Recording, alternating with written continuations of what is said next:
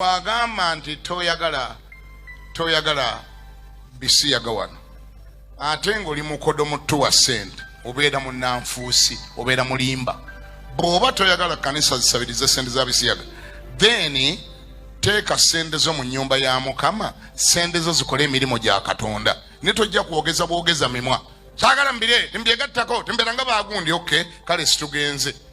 era naffe situgenze ne kati gwe okozeewo ki kati kyenva nkusaba gw'agamba nti toyagala yakola n'olaba nti alabika atidde alabika akoze atya edda ennyo bwe twabanga tusamba omupiira gwaffe eyo ogw'oku kyalo nga tuli wakati mu kuwagira ttiimu yaffe tulina n'obuyimba bwe twateekangamu ng'omupiira gukutteeyo nti goola atiriibira goola atiriibira golo nga mulebedde bagenda mukuba golo ate ebyo ffe twabeeranga eno ate ku sayidi ya opponent ate ffe gye twabeereranga ddala simanyi owulira eno gye twagala bateebe ffe gye tuyimirire mabega ne tumuyimba golo atiribira golo simanyi naye nakati kyendaba kati mu kampu y'omulabe golo akola atya golo atandise okutiribira golo akola atya olaba mu bantu bonna mu Uganda bannange mu bantu bonna mu Uganda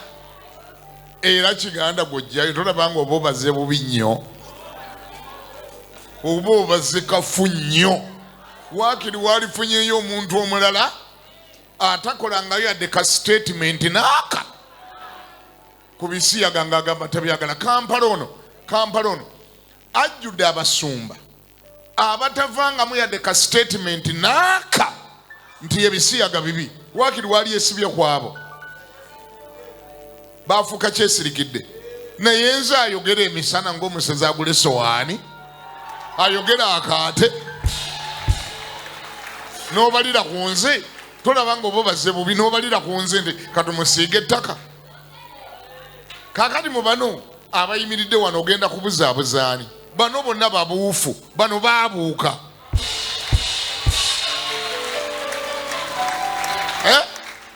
ye mu bannayuganda mu odiyensi yaffe yonna ku Kingdom Media 93 Kingdom FM KTV ku mikutu gyaffe gyonna emitimbagano message ezijjuddeyo wangi ku YouTube ezijjuddeyo message teggwako nga tetugambye nti ebisiyaga bibi tesobola kuggwako zonna ze tulina ku YouTube kakati tolaba nga oba obaze kafu ubiru baze kafu nnyo kubanga ffe tuli clear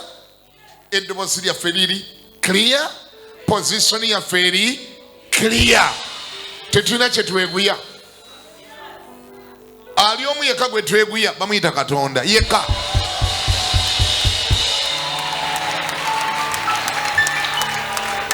wali awulya ngambeko nti amina tosobola tutiisatiisa na ssente tosobola tutiisatiisa na visa twaziteeka dda wansi tuzirabawo eringa matooke g'e Masaka oba ogampadde mpawo batompadde lekayo bw'otampa amatooke nga ndi omuceere bagambye nti ge galiko goka mutegera byenjogera visa abamu kuffe visa does not make any sense kubanga ne bwe tubeera nazo oluusi ebeeramu omu passport n'enjerabira nti mweri neetuuka n'okuggwako nga mweri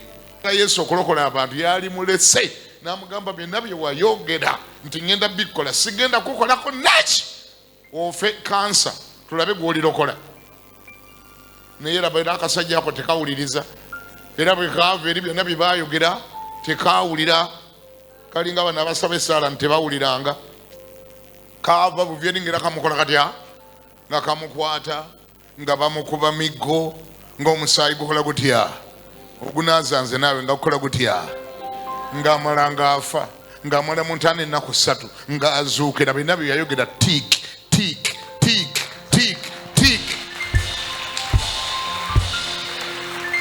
enfaye yali yabazira yafanga muzira kyekimufula omulokozi waffe naye ekibaawo kyajja kiti ekyo sitaani butamanya kubala yafundikira akoledde Yesu publicity etayogerekeka simanyi oba ekyo kimanyi by the way enjiri tubadde tukiwulira wiiki eno yonna nti sitaani waliwo akola ekintu nga mwana wange gwe kikuyamba buyambi ate genda mu maaso abaawulira twagiwulira ddi eyo si ku night prayer oba ku lwakuno wano sitaani twalire twogera ku yusufu nti night prayer twali twogera ku yusufu sitaani waliwo akola ekintu nga kyakoze gwe kikwongera genda mu maaso kati Uganda yonna yategedde ndi omu ku bantu abakyawe bisiyaga mu Uganda bamuyita Kiganda ate si yokka n'ensi yonna simanyi oba otegera ekyo kitegeeza lwaki nti kubanga ne bwe bakyusa obukyusa byayogedde ensi yeekanga naye ng'ate muno mu Uganda mulimu ba bishop waliwo bishop mu nsi tyanamwogera ne bwemukeera ku intaneti ojja mulaba wa Anglican Church Bishop Senyonjo Christophe yayogerako ate nti ebisiyaga biwagira sirabangayo ba social medialist sirabangayo ba bloga nga bamulumba ati gwe bishop omulamba kitegeezayo baamukkiriza aliye oba awagire sirabangayo bamulumba ate nga taita agirina namba naye agamba ati birina buzibu ne website namba ziri kuli kwawagirira sirabangayo baali bewunyiza yes bishop kati ye bamutaliye ye bamutaliye otegera kyegamba ekitegeeza amazima bamanyi amazima naga nti ono ye mufu ono mulamu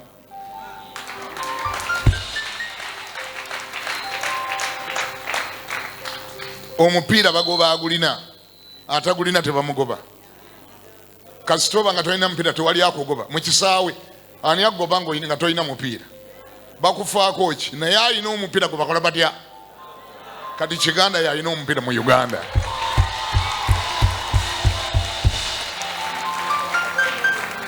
erinnya lya Mukama lyebazibwe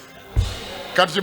kyebava bavaayo n'obukodi obukuba endobo tumuba endobo agwe nagwo ng'okubaani nza yampita mmaze ekisooka mu byonna sina kyenneeguya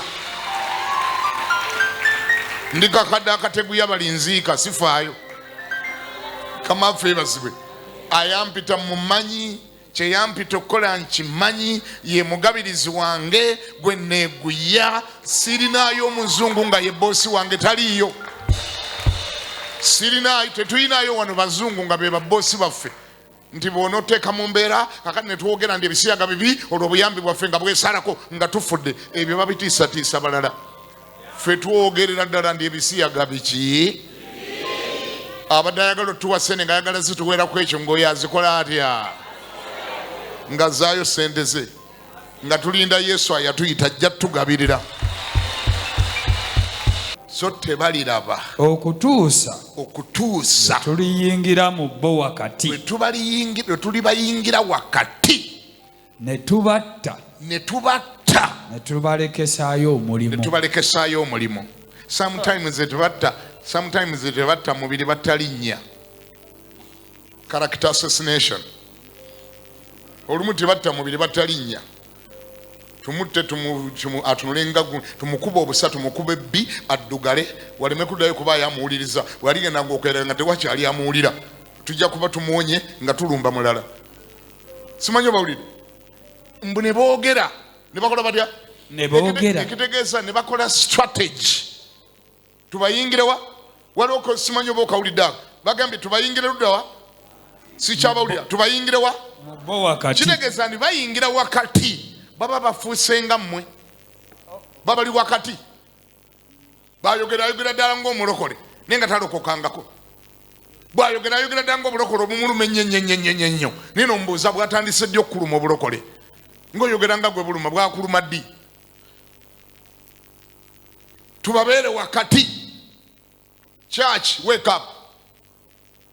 ekkanisa kola otya tebali walala era tebali wala bali wakati ekyo kyo baakikola nga bawulidde Nehemiya bwe kyali bali ludda wakati abamu ne bayibuli bakutte mu ngalo abamu ne microphone bakutte nga gy'olaba nkutte oteeka kuba mugezi nnyo okutegeera nti ono lwakwata bayibuli ono lwakwata microphone naye omu kubo musota tosobola mutegeera kujja nga owookinze nnyo byayogera n'engeri gye yeeyisa n'engeri n'olwawo nga omwetegereza lwosobola okutegeera naye si buli akutte bayibuli nti ali ku lwaffe